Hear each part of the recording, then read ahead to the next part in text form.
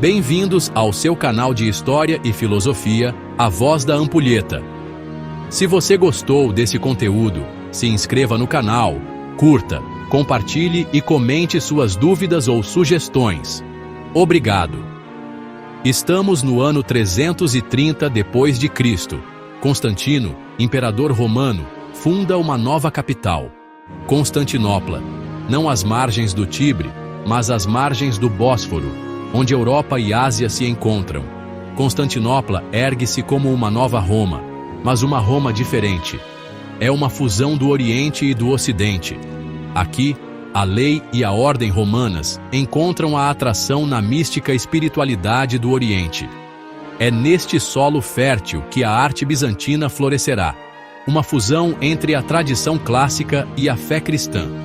As colunas monumentais, os antigos costumes romanos, a grandeza dos seus arcos e a solidez das suas estátuas permanecem.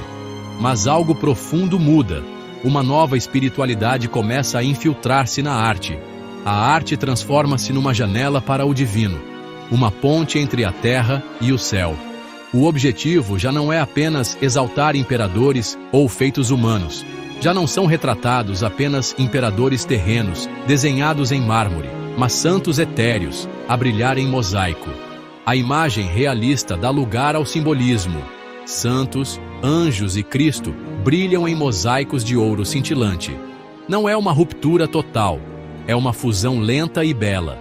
O realismo romano mistura-se com o simbolismo abstrato do Oriente. O mais divino dos metais assume o papel principal.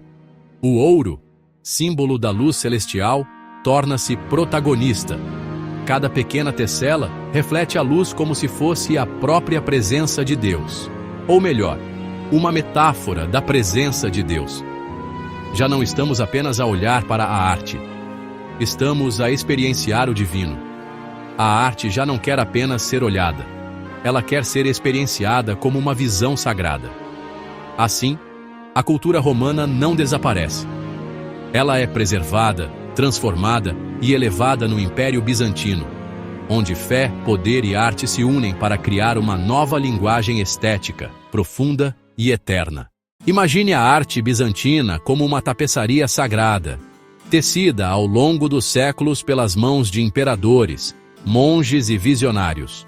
Tudo começa nos primeiros tempos do cristianismo, entre os séculos IV e V, quando a arte ainda carrega as raízes do mundo romano. Nas sombras das catacumbas surgem imagens simples, fortes, quase sussurradas, transmitindo a esperança da ressurreição a um povo perseguido e sonhador. Com o passar do tempo, o império se fortalece, e uma nova era dourada desponta sob o reinado de Justiniano no século VI. É nesse momento que Bizâncio se transforma. A grandiosa Ágia Sofia ergue-se em Constantinopla, sua cúpula pairando no ar como um milagre de pedra e fé. Dentro dela, mosaicos repletos de ouro e cores vibrantes brilham como o próprio firmamento, proclamando não só a glória de Deus, mas também a autoridade do imperador na terra. Mas nem toda a luz escapa às sombras. Por volta do ano 726, uma crise violenta explode, a controvérsia iconoclasta. De repente, as imagens sagradas, os ícones, são vistas por muitos como ídolos proibidos. Monges e artistas assistem, impotentes, enquanto suas obras são destruídas em nome da pureza religiosa. Durante séculos, a arte bizantina cambaleia, tentando sobreviver entre o respeito à fé e o medo da heresia. Então, como a alvorada depois da noite mais escura, o renascimento macedônio surge entre os séculos IX e XII. A arte renasce, e com ela, os ícones voltam às igrejas e palácios, agora ainda mais profundos, mais humanos. As imagens não apenas representam o sagrado, elas parecem respirar emoção, dor, compaixão. É como se cada pincelada carregasse o peso de tudo que foi perdido e tudo que foi reconquistado. Nos séculos seguintes, quando o império começa a declinar, a chama criativa de Bizâncio não se apaga. Pelo contrário, ela incendeia uma última grande revolução artística no chamado período Paleólogo, entre os séculos 13 e 15. Mesmo com a ameaça constante de invasores, os artistas bizantinos inovam, experimentam, reinventam suas tradições. E ainda que o império acabe tombando diante dos otomanos, essa última explosão de criatividade sela para sempre o legado de Bizâncio. Assim, de imagens escondidas nas catacumbas a cúpulas douradas que tentaram tocar o céu, de ícones despedaçados a renascimentos triunfantes, a história da arte bizantina nos revela algo mais do que beleza. Ela é a própria luta pela sobrevivência do espírito humano. Até agora, vimos que a história do Império Bizantino começa em 330 d.C., quando o imperador Constantino funda Constantinopla, a Nova Roma. A arte deste início ainda carrega o peso do passado romano. Mosaicos discretos, arquitetura monumental, afrescos e baixos relevos que lembram a Roma pagã. Mas algo novo emerge. O mundo espiritual começa a tomar forma visual. As imagens cristãs surgem nas catacumbas e nas primeiras basílicas, ainda simples e simbólicas, preparando o terreno para a grande transformação que viria. Sob Justiniano I, o Império Bizantino alcança seu auge. É uma era de poder imperial e esplendor religioso. A arquitetura atinge seu zênite com a construção da magnífica Hagia Sophia, uma cúpula que parece flutuar no céu, iluminada por uma luz que sugere a presença divina. Nos mosaicos, o ouro e as pedras preciosas dominam, criando cenas bíblicas vibrantes em igrejas como São Vital em Ravenna. Ícones de Cristo, da Virgem Maria e dos santos começam a ganhar formas mais definidas, em obras de devoção que são mais portais espirituais do que meras imagens. No entanto, ao final deste período, surgem as primeiras tensões. A controvérsia iconoclasta ameaça a produção de imagens sagradas, lançando o império em uma crise espiritual e artística. A partir de 726 d.C., imperadores iconoclastas passam a proibir, e muitas vezes a destruir, imagens religiosas, considerando-as uma forma de idolatria. Muitos mosaicos são apagados, ícones são queimados, e artistas são forçados a buscar novas formas de expressão. Durante este tempo, a arte bizantina assume formas mais abstratas e simbólicas, evitando a representação direta do divino. Com o fim da iconoclastia, um novo fôlego invade a arte bizantina. Os ícones retornam triunfantes, agora mais emotivos e espirituais. As cores ganham intensidade, o dourado, o azul profundo e o vermelho sangue dominam os painéis e mosaicos. A arquitetura se torna ainda mais refinada, com igrejas mais complexas e elaboradas. Esse período marca também a expansão da arte bizantina para os Balcãs e a Rússia Kievan, onde a tradição ortodoxa abraça fervorosamente o legado artístico de Constantinopla. Durante o governo dos Comnenos, a arte ganha uma liberdade inédita. Mosaicos e afrescos começam a retratar, além dos temas sagrados, cenas do cotidiano e emoções humanas. Escolas regionais florescem na Ásia Menor e nos Balcãs, trazendo uma riqueza estilística até então inédita na tradição bizantina. A influência sobre a Rússia se intensifica, moldando o que será a grande escola de ícones ortodoxos russos. Após o saque de Constantinopla pelos cruzados em 1204, o império se fragiliza, mas a arte surpreendentemente floresce uma última vez. Mesmo com menos recursos, artistas bizantinos criam obras de intensa espiritualidade. Afrescos e ícones que, embora mais simples em materiais, são sofisticados em expressão. Nomes como Andrei Rublev surgem na Rússia, herdando e aperfeiçoando a tradição iconográfica bizantina. Finalmente, em 1453, Constantinopla cai para os otomanos. O império desaparece, mas a arte bizantina sobrevive, como chama eterna, nos mosteiros, igrejas e ícones ortodoxos da Europa Oriental.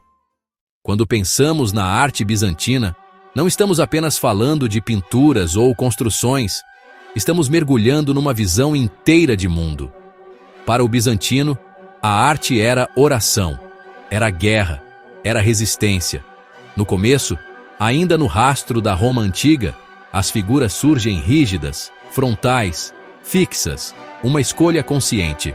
Esse hieratismo não é falta de habilidade, é a busca pela eternidade. Cada rosto sério, cada corpo imóvel afirma que ali o tempo não domina. Sobre essas figuras o dourado brilha, não como um luxo terreno, mas como a própria luz de Deus banhando o espaço. Não existe sombra, não existe fundo natural, apenas o ouro absoluto, abolindo o mundo terreno para revelar o invisível. E se a perspectiva naturalista, aquela que imita a profundidade do olhar humano, é deixada de lado, é porque os artistas de Bizâncio queriam nos arrancar da ilusão da matéria. Eles queriam que víssemos o espiritual, plano, direto, sem a distração dos truques visuais. Dentro das igrejas, os ícones não são apenas imagens bonitas. Eles são presenças, verdadeiras janelas abertas para o divino. Um ícone não se admira, se venera. Ele respira, olha de volta, exige silêncio e reverência. A própria arquitetura se torna uma pregação muda. A Hagia Sophia, com sua cúpula imensa que parece flutuar, transforma pedra e luz em mistério puro. Ali, a luz que entra pelas janelas ocultas não apenas ilumina, ela encarna o invisível, como se o próprio céu descesse à terra. Mas nem toda grandeza é eterna. Em 1204, durante a Quarta Cruzada, Constantinopla, a rainha das cidades, é traída, saqueada pelos próprios cristãos do Ocidente. Igrejas profanadas, tesouros arrancados, relíquias dispersas. O coração de Bizâncio sangra, mas ainda pulsa. Por quase 2 séculos, o império enfraquecido luta para sobreviver. E, mesmo à beira da ruína, a arte não morre. Pelo contrário, ela floresce numa última explosão de criatividade, no chamado Renascimento Paleólogo. Os ícones se tornam ainda mais humanos, os espaços mais ousados, as emoções mais profundas. Era como se, diante da morte inevitável, Bizâncio quisesse cantar a sua última canção com toda a alma. E então, em 1453, o inevitável chega. Sob o cerco de Maomé II, as muralhas caem, a cidade é conquistada pelos otomanos. Constantinopla, o sonho dourado dos imperadores, se rende. Mas o espírito de Bizâncio não morre. Ele atravessa os séculos, preservado em mosaicos, em ícones, em cúpulas que ainda hoje sussurram, para quem souber ouvir, a história de uma civilização que tentou, através da arte, tocar o eterno. Entre numa igreja bizantina. Olhe para cima. As paredes brilham com ouro. Santos e anjos olham para baixo, os seus olhos carregados de significado. Isto não é mera decoração. É um sermão em pedra e vidro. Os mosaicos não eram apenas imagens bonitas. Eram os evangelhos para os analfabetos. Cada cena cuidadosamente criada para transmitir verdades teológicas. Cristo como Pantocrator, governante de tudo. A Virgem Maria, um vaso da graça divina. E depois, os ícones, pequenas pinturas portáteis, muitas vezes em madeira. Mais do que arte, acreditava-se que estavam imbuídos da presença das figuras sagradas que representavam. Os fiéis rezavam diante deles, buscando intercessão e bênçãos. Não eram retratos. Rostos estilizados, alongados, sobrenaturais. Não se destinavam a captar a semelhança terrena, mas a revelar a essência espiritual. Os fundos dourados, não apenas opulentos, mas simbólicos do reino divino, onde essas figuras sagradas residiam. A arte bizantina, veja, visava a alma, não apenas o olho. Convidava à contemplação, atraía-o para um mundo além do material. Imagine, por um momento, um mundo dividido, não por terra ou por língua, mas por imagens. Essa foi a realidade no Império Bizantino durante a controvérsia iconoclasta. Bem no centro desta tempestade estava uma questão fundamental. Devemos representar o divino? Um lado, conhecido como os iconoclastas, argumentou apaixonadamente contra isso. Para eles, criar imagens de Deus não era nada menos que blasfêmia. Afinal, não se pode capturar o infinito numa forma finita. Por outro lado, os iconódulos defenderam ferozmente o uso de ícones. Eles acreditavam que as imagens podiam realmente servir como um caminho para Deus, especialmente para aqueles que não sabiam ler. Cristo não assumiu a forma humana, então por que não poderia ser representado? Por mais de um século, este debate continuou. Igrejas foram despojadas, ícones preciosos foram destruídos.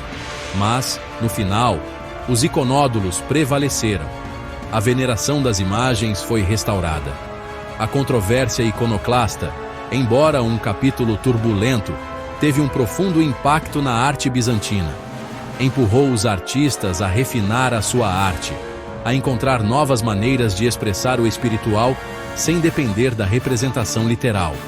Isso levou a uma exploração mais profunda do simbolismo e a uma maior ênfase no místico e no transcendental. O Império Bizantino pode ter caído em 1453, mas o seu legado artístico perdurou. Como ondas a espalhar-se por um lago, a influência bizantina alcançou lugares distantes, deixando a sua marca em terras longínquas.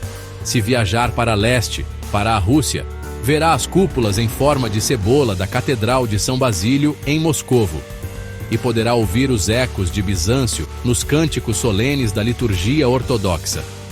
Os russos abraçaram a arte e a fé bizantinas, tornando-as verdadeiramente suas. Agora, aventure-se nos Balcãs. Explore os antigos mosteiros do Monte Athos na Grécia, que ainda estão adornados com mosaicos brilhantes.